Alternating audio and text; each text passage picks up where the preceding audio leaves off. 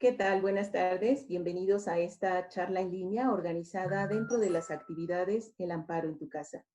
El título de la conferencia de hoy es Vislumbres a la música prehispánica a partir de la colección del Museo Amparo.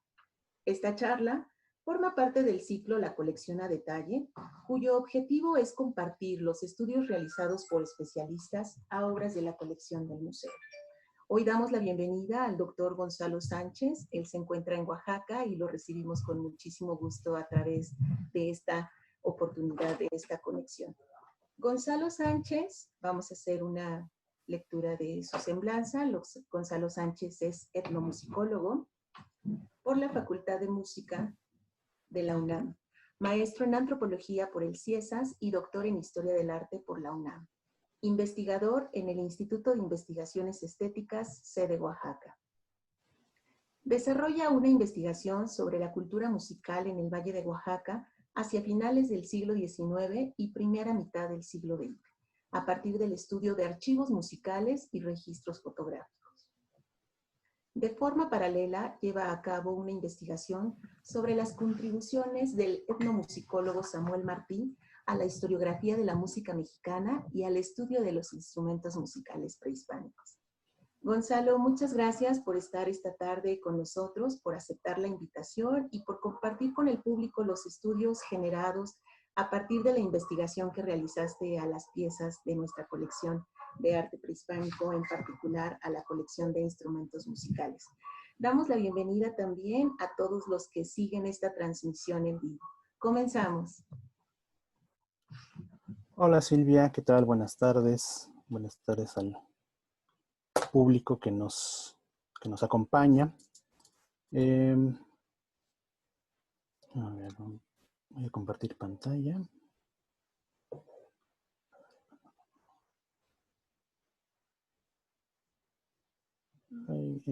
Raúl, solamente estoy viendo la pizarra. Si me puedes apoyar. ¿Tienes ya abierta la ventana de la presentación? A ver, ya la tengo. Bueno, tengo aquí ya PowerPoint.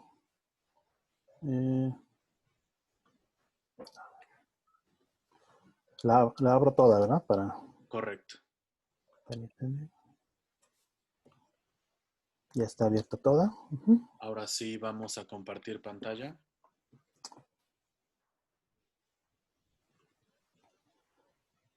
Se ve pizarra, ¿no? Así es. No, entonces, déjame intentar una vez más. Ahí está. Listo. Gracias, doctor. Disculpa por este pequeño inconveniente técnico. Antes de iniciar, les quiero agradecer a Silvia Rodríguez y a todo el equipo del Museo Amparo por invitarme a participar en esta serie de videocápsulas titulada La colección a detalle, en la que, como ya lo comentó Silvia, pues se trata de mostrar al público las temáticas en torno a las obras que conforman el acervo Amparo. En esta ocasión trataremos el tema de la música en las culturas prehispánicas, tomando como ejemplo algunos de los instrumentos que están precisamente en la colección Amparo. Esta charla la he dividido en tres partes. En la primera daremos algunos comentarios generales sobre un poco manera de introducción, un preámbulo. Más adelante ya veremos en particular algunos de los ejemplos sobresalientes de instrumentos que se encuentran en exhibición en la sala 6, dedicada al arte, forma y expresión. Y al final, pues una serie de comentarios a manera de reflexión. El tema que estamos abordando ha generado debate en torno a los alcances de una investigación en la que pues, no se cuenta con los registros escritos o documentos que den cuenta de forma detallada cómo se organizaba el material sonoro en época prehispánica. Por otro lado, también el tema se ha vinculado, se ha relacionado con la cultura del New Age, con el neochamanismo e incluso pues, con algunas cosas, algunas prácticas esotéricas. Pero bueno, lo que quiero decir es que, bueno, estas primeras impresiones son un tanto erróneas, ¿no?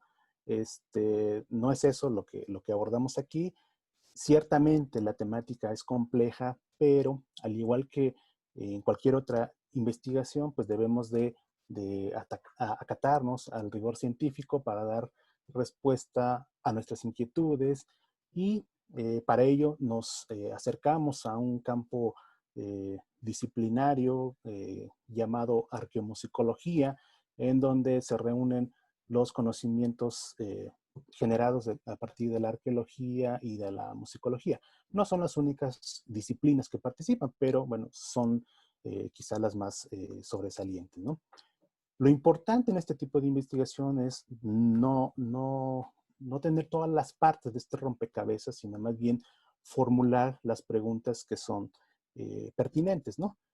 Un primer paso para identificar nuestro objeto de estudio es precisamente definir claramente nuestro objeto o nuestros objetos de estudio y pues estar abiertos al diálogo interdisciplinario para agotar todas las posibilidades, ¿no?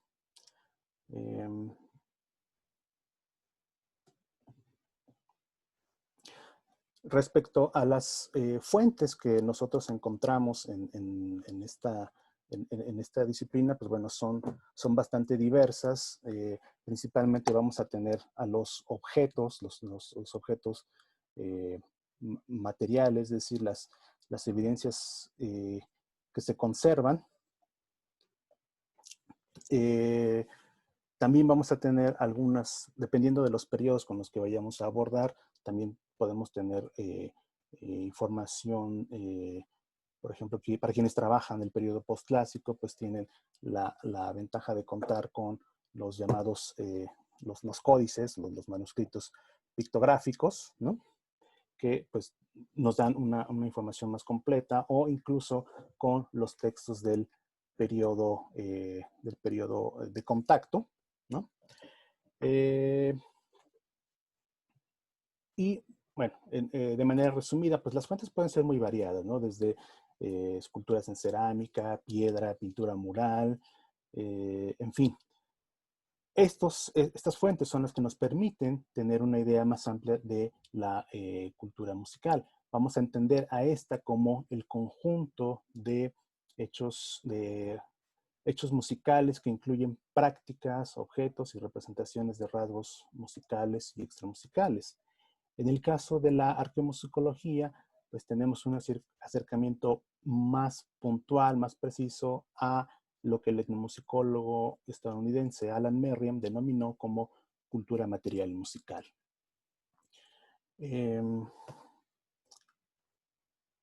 Una paradoja que existe en este tipo de investigación es que, si bien el registro arqueológico nos da una idea bastante puntual sobre la temporalidad y ubicación espacial de los instrumentos musicales, en los proyectos de investigación es bastante común encontrar fragmentos y en escasas ocasiones podemos encontrar instrumentos completos.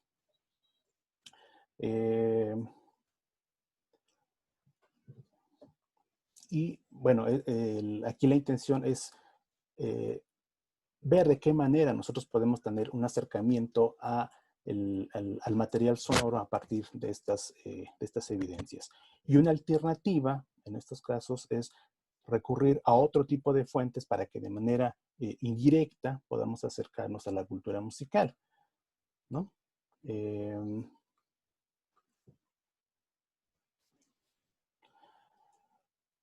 En ocasiones, a través de los proyectos arqueológicos se pueden encontrar que hay instrumentos cuya tipología ya ha sido reconocida previamente, ¿no?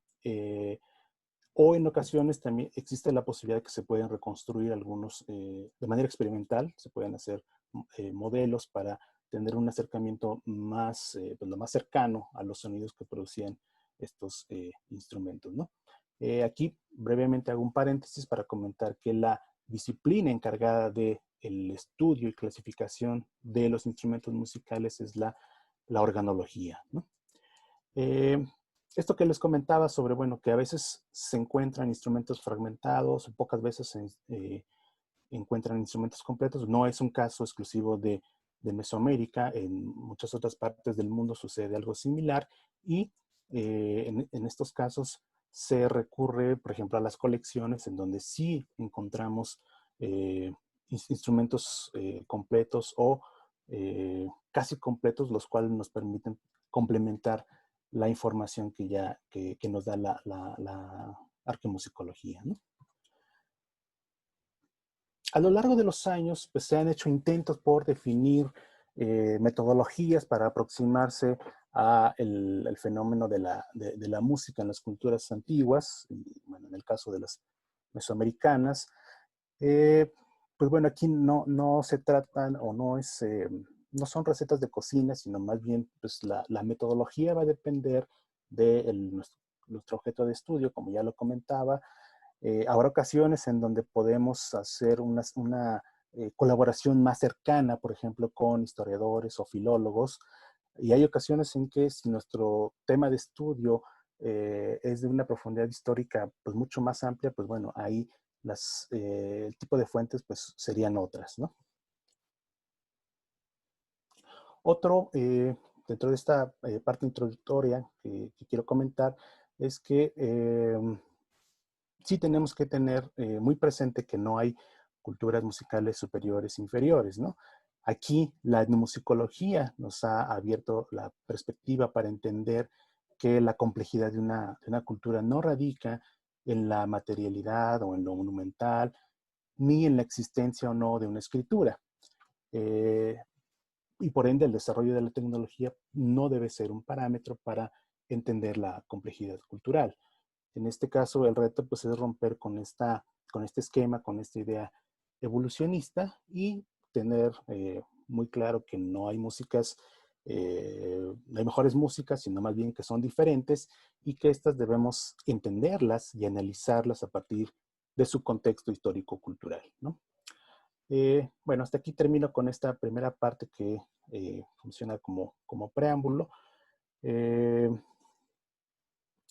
Ya para pasar a los ejemplos de la colección Amparo, les comento que utilizamos una terminología que se usa frecuentemente en la organología para la descripción y clasificación de instrumentos musicales. En este caso es una propuesta eh, ya de muchos años, elaborada por los musicólogos alemanes Erich von Hornbostel y Kurt Sachs. Y el principio de esta clasificación es que toma en cuenta la forma en cómo se produce el sonido en los instrumentos musicales, no tanto los materiales, ¿no? Y fue pensada con el objetivo de analizar y comparar los instrumentos musicales a nivel mundial.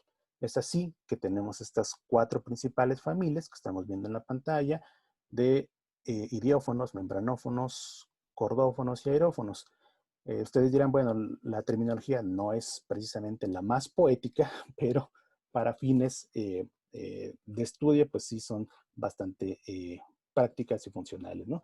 Previamente les comento que los idiófonos son aquellos en donde el emisor lo constituye la materia prima sólida con la que están hechos los instrumentos sin necesidad de someterlos a tensión alguna, ¿no?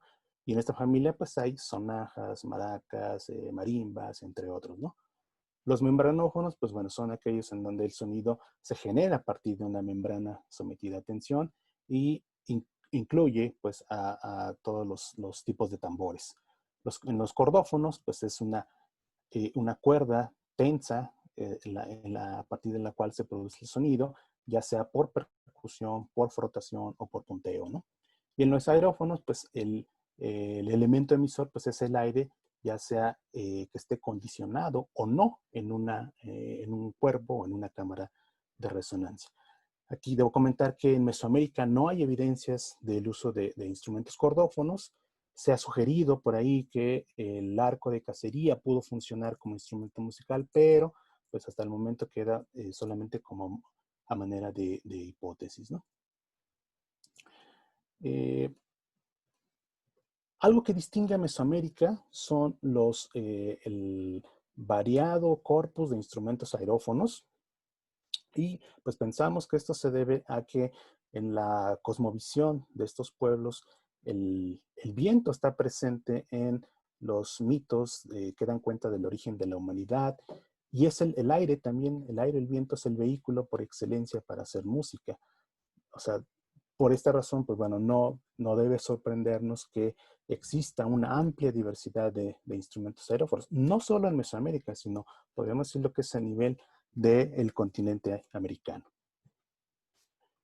Y bueno, ahora sí, ya entrando en casos concretos de la colección Amparo, pues vamos a empezar con dentro de este grupo de idiófonos, encontramos a las maracas, en donde el sonido se produce por la acción de sacudimiento. Y esto provoca que los emisores que están contenidos en el instrumento se golpeen entre sí y contra las paredes del receptáculo.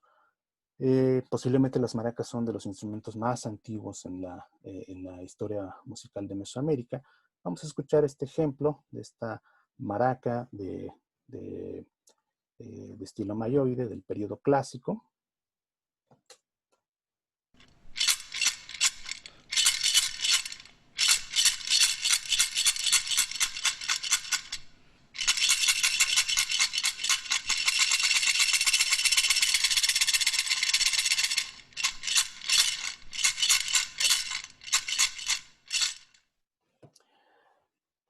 El descubrimiento de la cerámica posiblemente detonó pues, la experimentación de las formas en este tipo de instrumentos.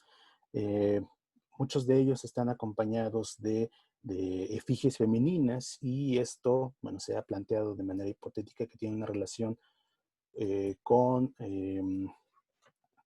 el uso de estos instrumentos, ya sea para acompañar el canto, la música instrumental o la ejecución durante ciertas danzas, ¿no?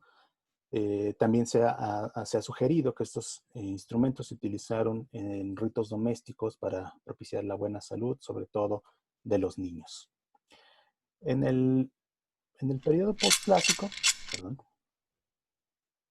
en el periodo postclásico vamos a encontrar este otro tipo de, eh, de maracas, también con formas, con formas femeninas. Se distinguen porque, bueno, son efigies con el torso desnudo, y en ocasiones llevan a un infante. Eh, Estos rasgos son bastante generalizados, sobre todo entre los grupos nahuas. La representación femenina está relacionada con conceptos sobre la juventud, la fertilidad y la reproductividad. Recientes investigaciones, como la de Lisa Oberholzer, sugieren que este tipo de instrumentos fueron utilizados en ritos, como ya había comentado, para propiciar buena salud, para darle protección a los niños, salud materna, y en este sentido eran considerados como objetos apotropaicos. Otro ejemplo de instrumentos de esta familia de los idiófonos son los cascabeles, que en la historia de Mesoamérica, pues bueno, hay desde cascabeles de cerámica hasta cascabeles elaborados en metal, como estos que estamos viendo en la pantalla. Se utilizaron metales como el cobre, el oro, plata. Las dimensiones de estos cascabeles variaban, había unos muy pequeños, otros relativamente grandes, estos aproximadamente de unos 8 o 10 centímetros. Los que vemos en la pantalla son del periodo postclásico, proceden del occidente de México y se atribuyen a la cultura tarasca. Vamos a escuchar un ejemplo. Aquí vamos a escuchar a dos cascabeles tocados de manera simultánea.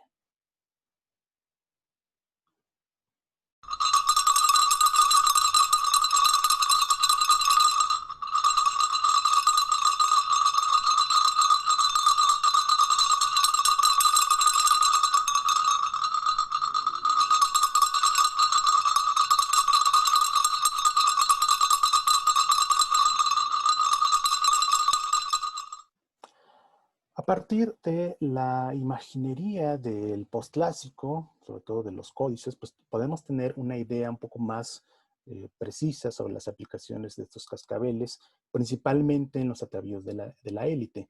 En ocasiones se colgaban a manera de pecheras o bien en cintas de piel a manera de fajillas o muñequeras. Estos cascabeles, como comentaba, algunos eran de pequeñas dimensiones y otros un poco más grandes, quizá como los que se observan aquí en las imágenes del códice mixteco, el códice Nutal.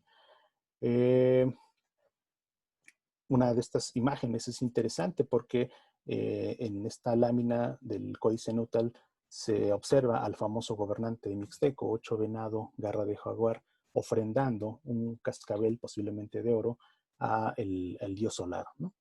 Un ejemplo del uso de estos instrumentos. Ahora pasamos a otra familia de instrumentos que, como les comentaba, son los que vamos a encontrar más frecuentemente en el registro arqueológico, en las colecciones, son los aerófonos. Iniciamos con las flautas del occidente de México. Estas se distinguen por una cámara tubular larga, suelen tener 4 orificios de digitación, pueden tener más. Las configuraciones pueden ser sencillas, es decir, una flauta sola o en pares, como la que vemos aquí en la imagen al centro.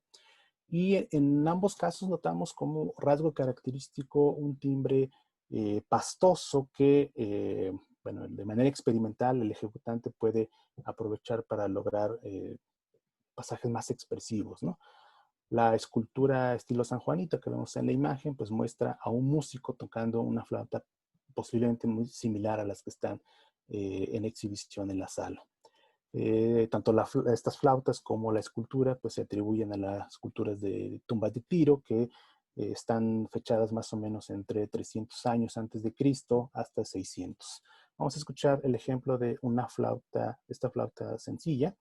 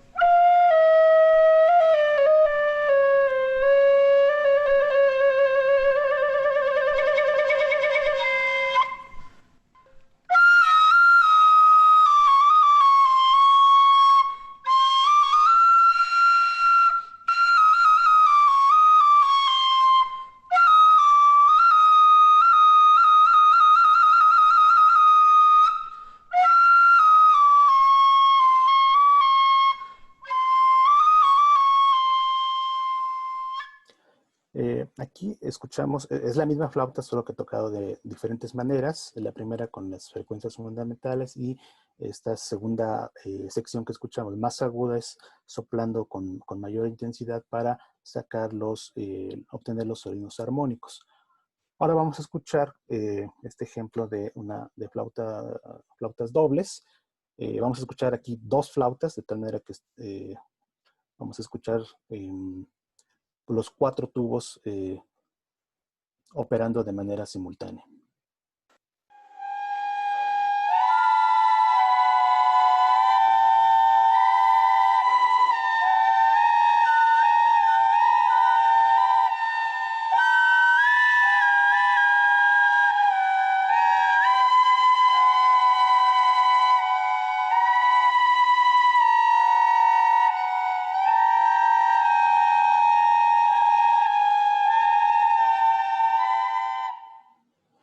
Bueno, sobre este ejemplo, pues hay que comentar, ya digo, llama mucho la atención la presencia de estos sonidos desafinados o batimientos, como se les conoce, y estos se deben a una diferencia en las frecuencias emitidas por cada uno de los tubos.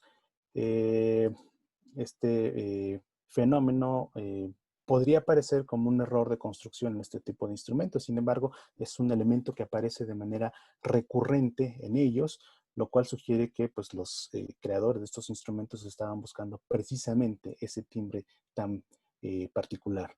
Y no solo se restringe al área del occidente de México, sino el uso de estos batimientos o pulsaciones lo encontramos en muchos otros instrumentos musicales y pues todo parece indicar que era precisamente esa textura la que se lograba buscar. En algunas áreas de Sudamérica, algunas culturas indígenas contemporáneas le denominan como sonido rajado y se les atribuyen ciertas cualidades, ¿no? Entonces, este tipo de evidencias pues, nos hace cuestionar un poco la idea de la afinación y de la armonía, ¿no? Más bien son construcciones culturales.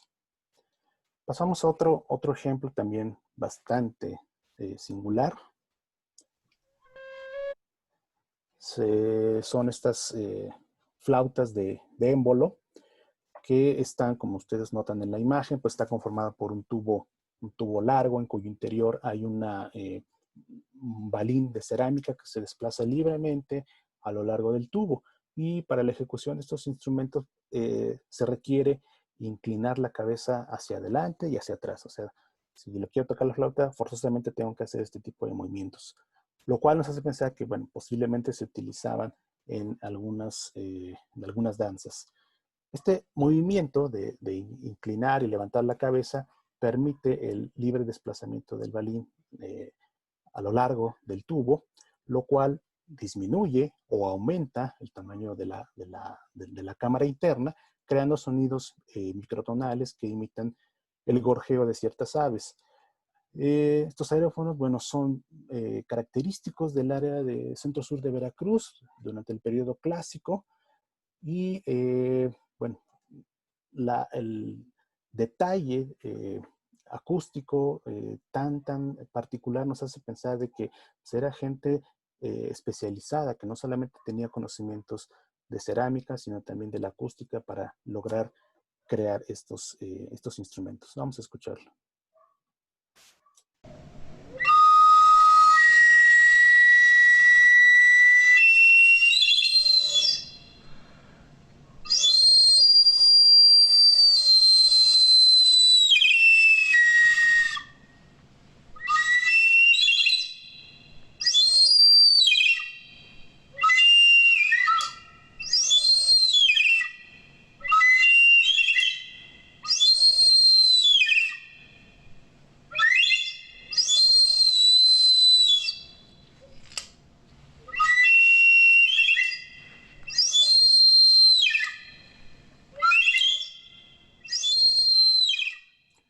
En el ejemplo incluso se alcanza a escuchar el golpe cuando el balín llega de un extremo a otro, ¿no? Y bueno, para que nos quede un poquito más claro este mecanismo que les comento, vamos a ver una animación que fue realizada precisamente cuando se hizo el proyecto museográfico para el Museo Amparo. En este caso, una colaboración con el artista visual Rafael Ortega Ayala para hacer unos videos experimentales a partir de las radiografías de los instrumentos, ¿no?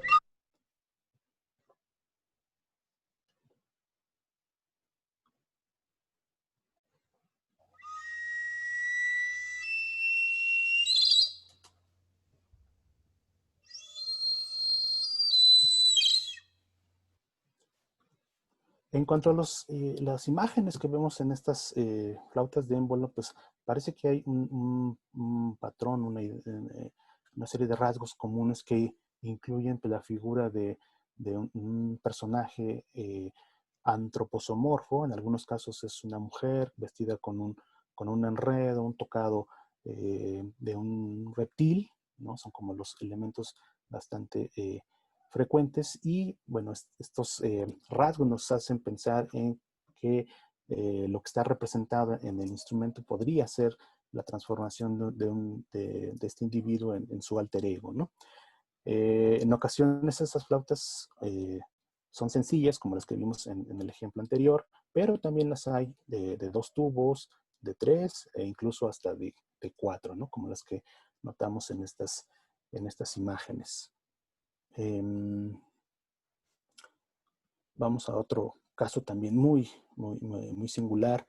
Este tipo de instrumentos pertenece a los llamados aerófonos de muelle de aire, que esta nomenclatura fue dada en la década de los años 60 por el ingeniero José Luis Franco, quien empezó a estudiarlos.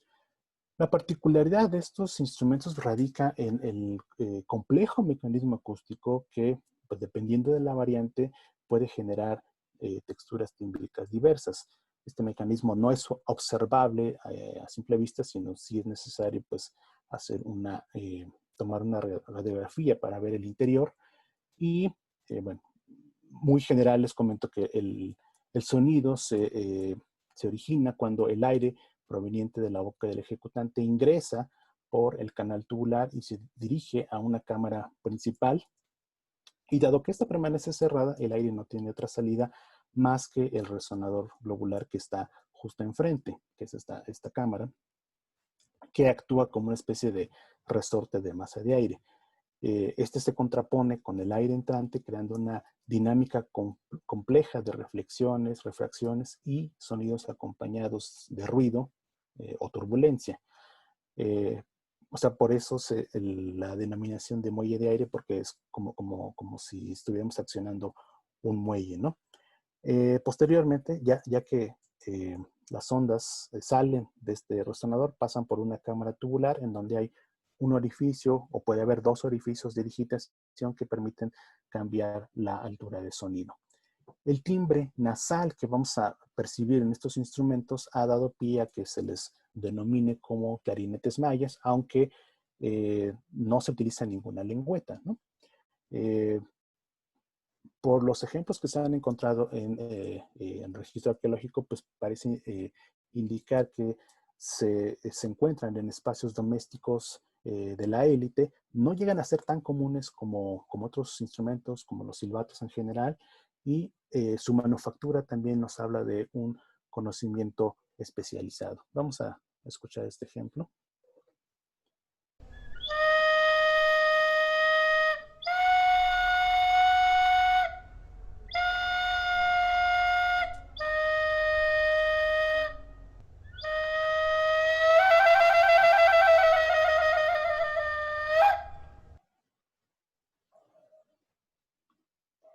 Existen otras variantes de esta familia denominada aerófonos de muelle de aire que no generan precisamente un timbre nasal, como en el caso anterior, sino más bien los altos componentes de ruido son más presentes y el efecto que escuchamos es un sonido similar a una caldera, al grito de un mono o al chillido de una lechuza.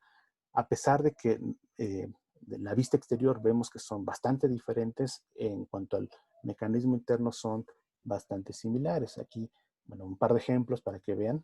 Este es de un aerófono colocado en el extremo distal de un saumador mexica, que es muy similar al muy conocido silbato de la muerte.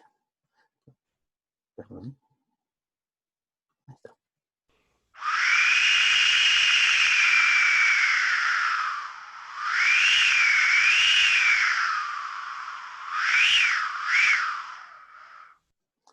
El otro ejemplo es este aerófono que tiene la figura de un mono. Este procede de las tierras altas de Guatemala.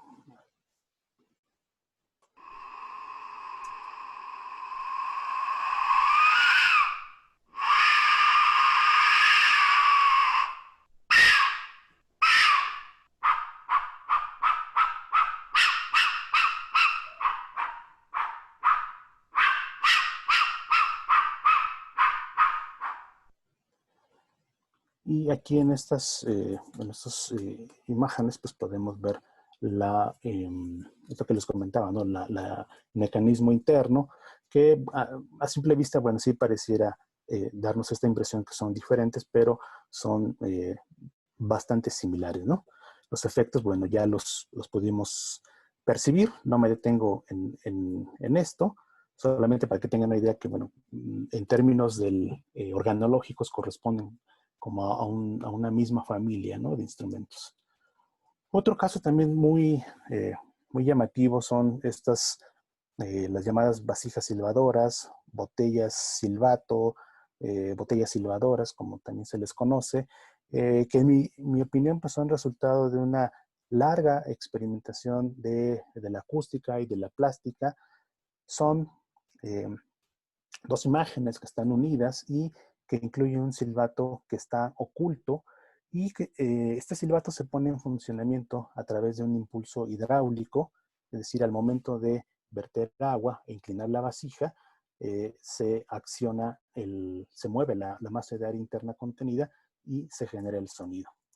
En Sudamérica las vasijas silbadoras fueron muy abundantes y bueno, los ejemplares que se han documentado en esta zona pues muestran una gran diversidad de formas que no observamos en los ejemplos mesoamericanos, ¿no? Y bueno, lo que se ha señalado es que su origen es precisamente Sudamérica y llegan a Mesoamérica pues a través de las rutas de comercio e intercambio. En esta vasija que estamos observando en la imagen, pues el cuerpo del silbato conforma la cabeza del personaje. En la parte posterior hay una perforación rectangular, que es el área donde incide la corriente de aire para generar el sonido. El canal que dirige precisamente la corriente de aire no lo vemos desde la vista exterior, sino a través de una radiografía. Podemos ver que es un canal relativamente largo, ¿no? Muy bien diseñado para producir un sonido muy preciso. Esta vasija, por los rasgos estilísticos, podemos comentar que pertenece al estilo Mixteca Puebla. La efigie sostiene entre sus piernas una olla y pues tal vez podría tratarse de una representación fálica, ¿no? Porta un besote y los rasgos faciales sugieren, nos dan una idea, es más o menos similar a estas esculturas cerámicas conocidas como chantiles del área de Tehuacán, Teotitlán, y bueno, no sabemos si representa a un gobernante o quizá a una deidad.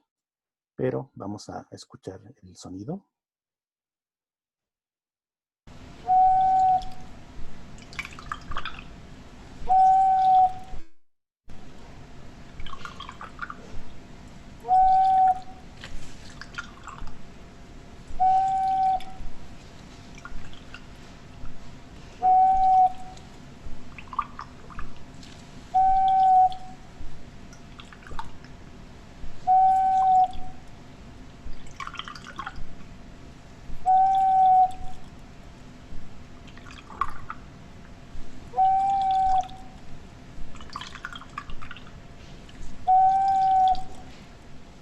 Bueno, aquí en el ejemplo podemos escuchar el silbato accionado precisamente con agua, ¿no? Y como les comentaba, el sonido es muy bajito. Sin embargo, me parece que es un objeto extraordinario porque se integra perfectamente el sonido con el movimiento del agua y es un sonido, vamos a llamarlo así como muy profundo, íntimo, que posiblemente estaba diseñado para espacios cerrados, no para espacios públicos, ¿no? Lo cual también nos da algunas ideas sobre los posibles usos. Eh, para entender, bueno, un poco el mecanismo que ya les había comentado, también aquí tenemos una animación para que vean cómo es el funcionamiento interno.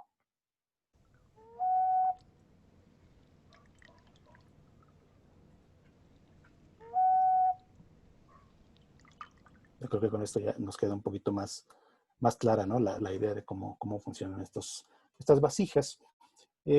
Comparativamente, como ya les había comentado, notamos que en Sudamérica pues fueron bastante prolíficas en comparación con los ejemplos reportados para Mesoamérica, lo cual apoya el origen sudamericano. Allá las vasijas lograron una experimentación bastante compleja. Hay silbatos dobles, hay vasijas que tienen una especie de encapsulado, que tiene orificios de digitación para poder cambiar altura de sonido. Es decir, en Sudamérica experimentaron muchísimo con este tipo de objetos, ¿no? En otras áreas de Mesoamérica, pues bueno, las vasijas son el soporte para representar temas iconográficos, a veces haciendo referencia a algunos animales presentes en los mitos, como el tlacuache o el mono, o escenas más complejas, ¿no? Como esta vasija del área maya, donde aparece el ave principal. También puede haber representaciones de dioses, de guerreros, en fin. Acerca del uso de estos vasijas, si bien todavía no hay datos del todo suficientes para elaborar un argumento convincente, sí cabe resaltar que las vasijas localizadas en contextos arqueológicos proceden principalmente de tumbas o entierros de personajes de élite, y la idea del mecanismo acústico oculto, el uso del agua, la baja intensidad del sonido y en algunos ejemplares en donde la vasija funciona como a manera de falo, nos hace pensar en que hayan tenido connotaciones rituales, posiblemente en ceremonias privadas, y quizá formaron parte del conjunto de objetos utilizados por los especialistas rituales o sacerdotes. Y este ejemplo de las vasijas nos da pie para vincularlo con otro tipo de instrumentos aerófonos. Son estas efigies antroposomorfas que tienen dos silbatos colocados a manera de orejas. Los ejemplos que vemos pues, proceden de la Cuenca de México, de algunos sitios como Tlatilco, y bueno, son similares o tienen una relación cercana con las vasijas silbadoras en tanto que el cuerpo es hueco y la manera de accionar los silbatos es también de manera indirecta. En este caso se sopla por la cola de la figura y el aire se conduce a través del cuerpo para accionar estos dos silbatos. Vamos a escuchar un ejemplo.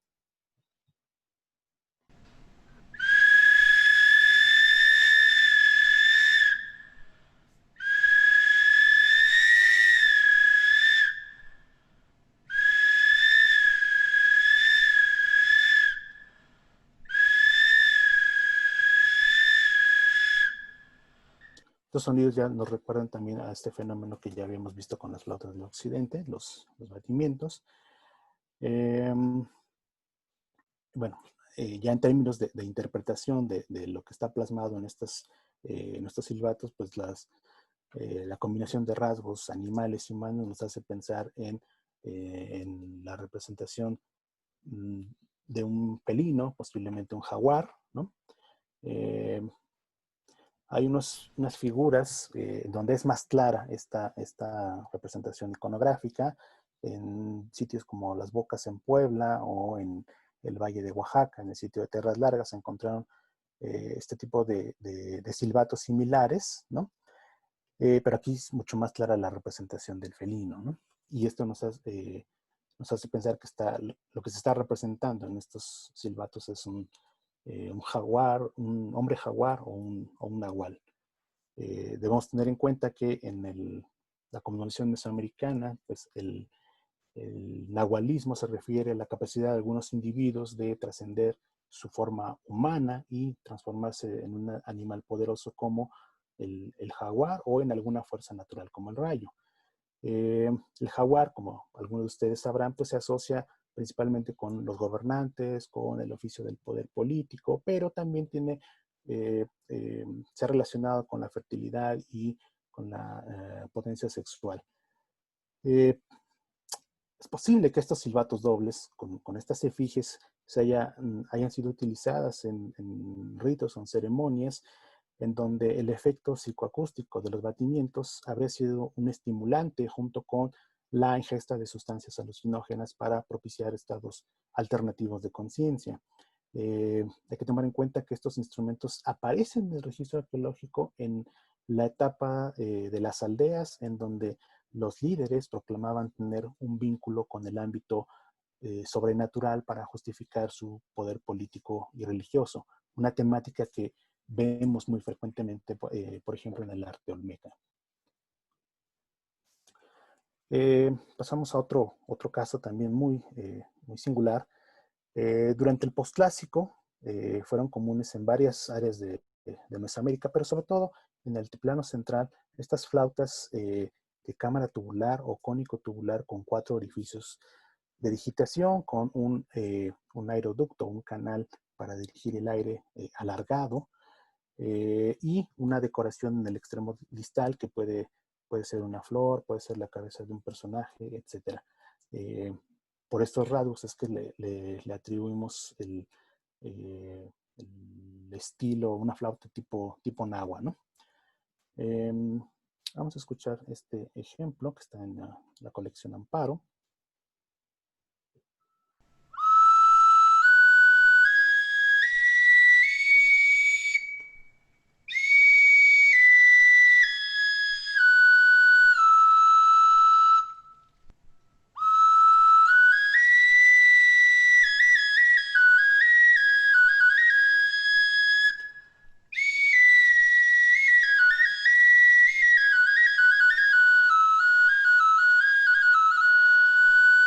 El sonido nos recuerda un poquito a las flautas dulces soprano o sopranino, ¿no?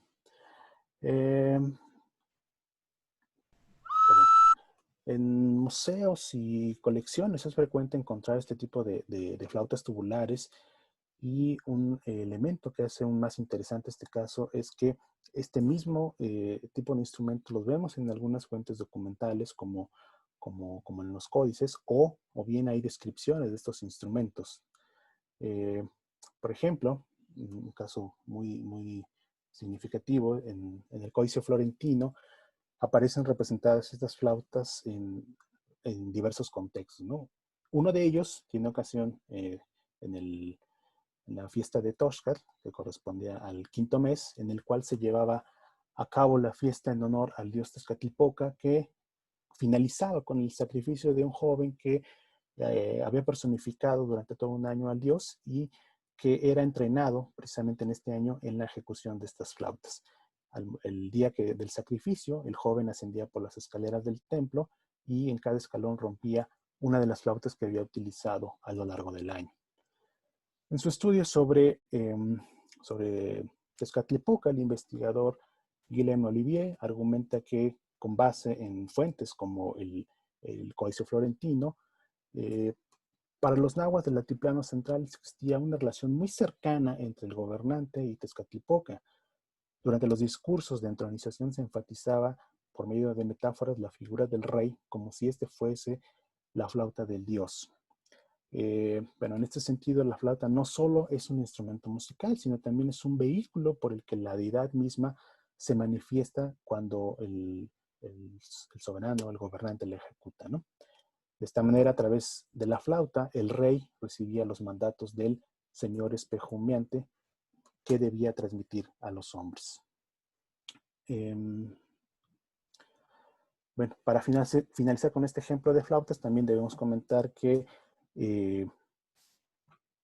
una de las decoraciones que aparecen también de manera frecuente en estas flautas es un pabellón en forma de flor.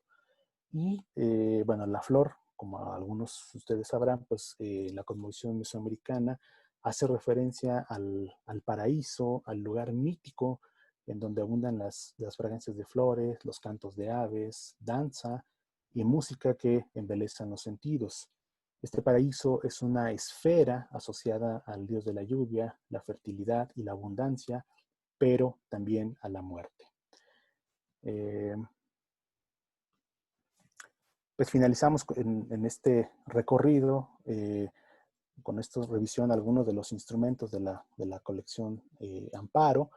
De todo esto, pues desprendemos algunas ideas, ¿no? Por ejemplo, la presencia de estas texturas tímbricas muy particulares generadas a partir de los batimientos, como lo vimos en varios de los ejemplos. Esto nos remite inmediatamente a la idea de la heterofonía como una característica de las culturas musicales mesoamericanas.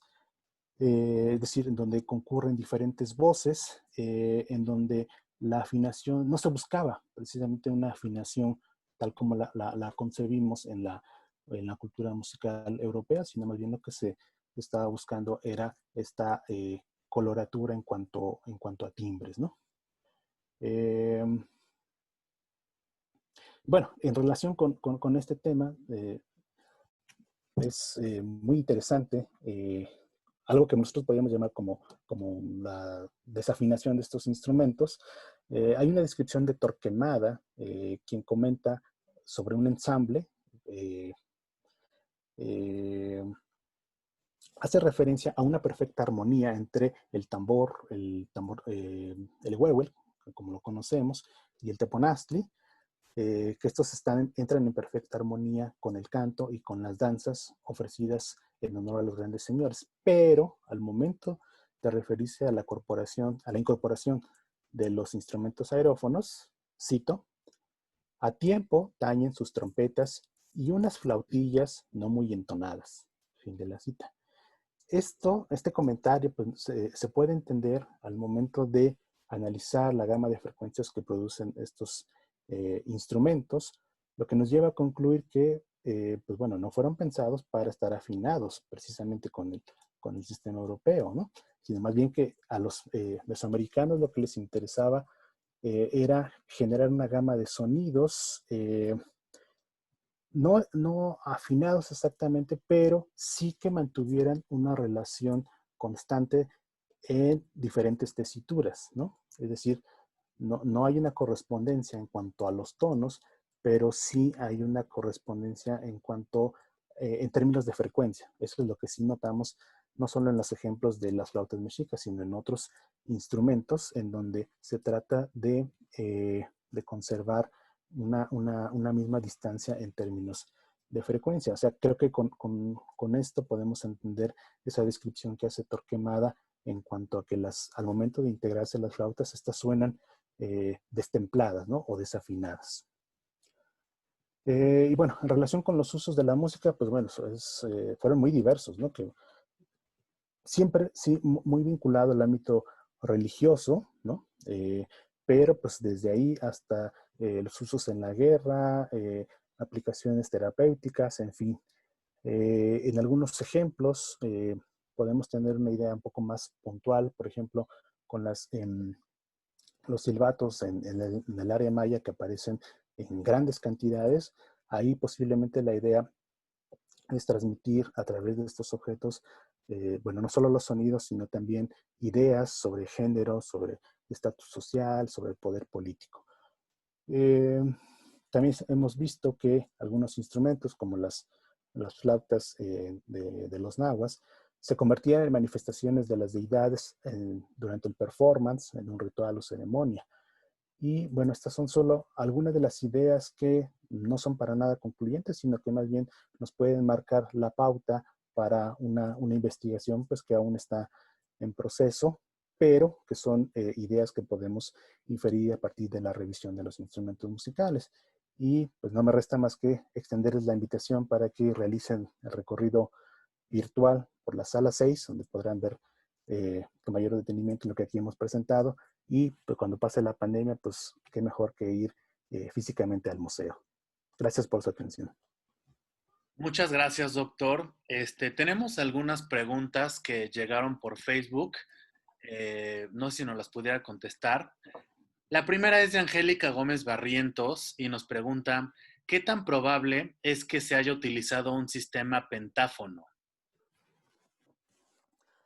Esta idea es muy antigua. Efectivamente, en algunos instrumentos es posible utilizar un sistema basado en 5 sonidos. Sin embargo, hay una variable, es la manera en cómo el ejecutante toca el instrumento. Es decir, por ejemplo, si se utiliza una digitación cruzada, pues bueno, esto ya nos rompe toda esta idea de los 5 sonidos. 5 sonidos sí básicos, porque si tapamos 4 orificios, pues obtenemos 5. Pero si empezamos a manipularlo con la digitación cruzada, con, por ejemplo, algunos efectos al momento de soplar, pues rompemos esto, ¿no? Entonces, esa fue una idea que se manejó durante mucho tiempo, ¿no? Yo creo que es algo todavía mucho más complejo. Muchas gracias. La siguiente es de Enriqueta Pérez, perdón, de Agustín García, y pregunta si existieron las flautas polifónicas. Hay flautas bueno, además de 2 tubos, hay de 3 y hasta de 4 tubos, que En este sentido, pues son bastante similares a un órgano, en donde cada uno de los tubos lleva precisamente la conducción de una voz. Entonces, pues sí hay una idea de una polifonía. Gracias. La siguiente es de Ixtab López López y pregunta, ¿cuál es el mecanismo sonoro del silbato columpio característico de las culturas de la costa del Golfo? Este tipo de silbato lo menciona Samuel Martí en varios de sus libros. Eh, Soy honesto, no los he revisado físicamente, sin embargo, él comenta que a través del movimiento es como el desplazamiento de la figura hace que el aire incida en el bisel de estos instrumentos. He visto los instrumentos, por ejemplo, ahí en el Museo de Antropología de Jalapa, pero sinceramente no los he revisado físicamente. Perfecto. Por último, preguntaban que cómo o de dónde sacaron o obtuvieron las grabaciones de los sonidos. Lo que escuchamos son grabaciones de los instrumentos que están en la colección del Museo Amparo. Y bueno, pues son resultados de la investigación que se hizo previo al montaje. O sea, en este proyecto de remodelación se hizo la investigación de los instrumentos y además pues hubo oportunidad de grabar sus sonidos. Gracias, Gonzalo. La siguiente es de Cristóbal Durán y dice, ¿se conoce alguna base de datos con las escalas de algunas flautas de manera que se pueda analizar una posible escala prehispánica? Saludos y felicidades. Una base de datos que sea de acceso público, no. Bueno, sí sé que bueno, otros colegas han desarrollado sistemas de este tipo para hacer el registro de sus investigaciones, pero que yo conozca y que estén abiertos al público, no. Gracias. Por último, pues simplemente Enriqueta, Gustavo Juárez, Angélica Gómez, Karina Cross nos piden si nos podría compartir bibliografía acerca de este tema y para que pudieran complementar esta charla. Bueno, la bibliografía sí es bastante extensa, se ha escrito mucho casi desde finales del 19, hay algunos textos por ahí, ya más en términos de la acústica de estos instrumentos. Pues yo les sugeriría que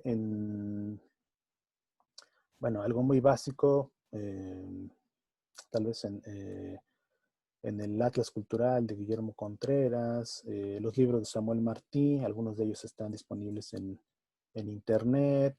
En academia hay varios colegas que han subido libros, artículos actualizados sobre sus investigaciones arqueomusicológicas. Entonces, si ustedes ponen la entrada ahí, instrumentos musicales, no sé, mayas, mexicas, va a aparecer una bibliografía bastante extensa. Muchas gracias. Víctor Vázquez dice, respecto al uso de las cuerdas, ¿qué información existe de las crónicas o referencias de investigaciones recientes? Pues lo que se ha sugerido es que algunos grupos, pueblos originarios contemporáneos usan, ¿no?, el instrumento de cuerda y bueno, sí se ha tratado de llevarlo o argumentar que en época prehispánica también se utilizaron. Ha sido debatido, todavía no hay argumentos lo suficientemente convincentes como para tener una idea de que efectivamente se utilizó el arco, ¿no? Comentaba yo en la charla del arco de cacería que se utiliza por algunos grupos del norte para generar sonidos, pero bueno, no tenemos la certeza de que en época prehispánica se hayan utilizado. Además de que el material, pues bueno, es degradable y difícilmente se conservaría, ¿no? Gonzalo, muchísimas gracias.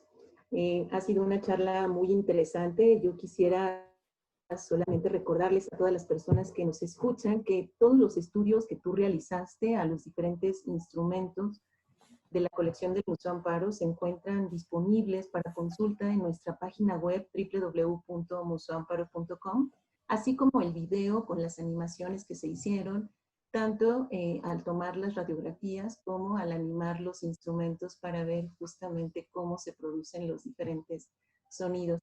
Queremos agradecerte muchísimo, también compartirles que estamos trabajando con una publicación digital que estará disponible en unos meses también a través de nuestra página web, que escribió, por supuesto, el doctor Gonzalo Sánchez sobre el tema de la música prehispánica a partir del estudio que realizó de los instrumentos de la colección del Museo Amparo.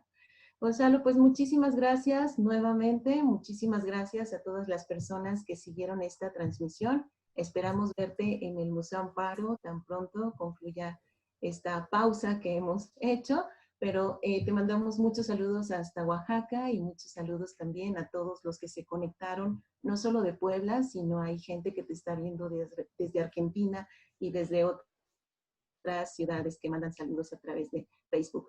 Muy buenas tardes para todos, buenas tardes para ti, Gonzalo, y nos vemos el próximo jueves en la siguiente charla de la colección a detalle.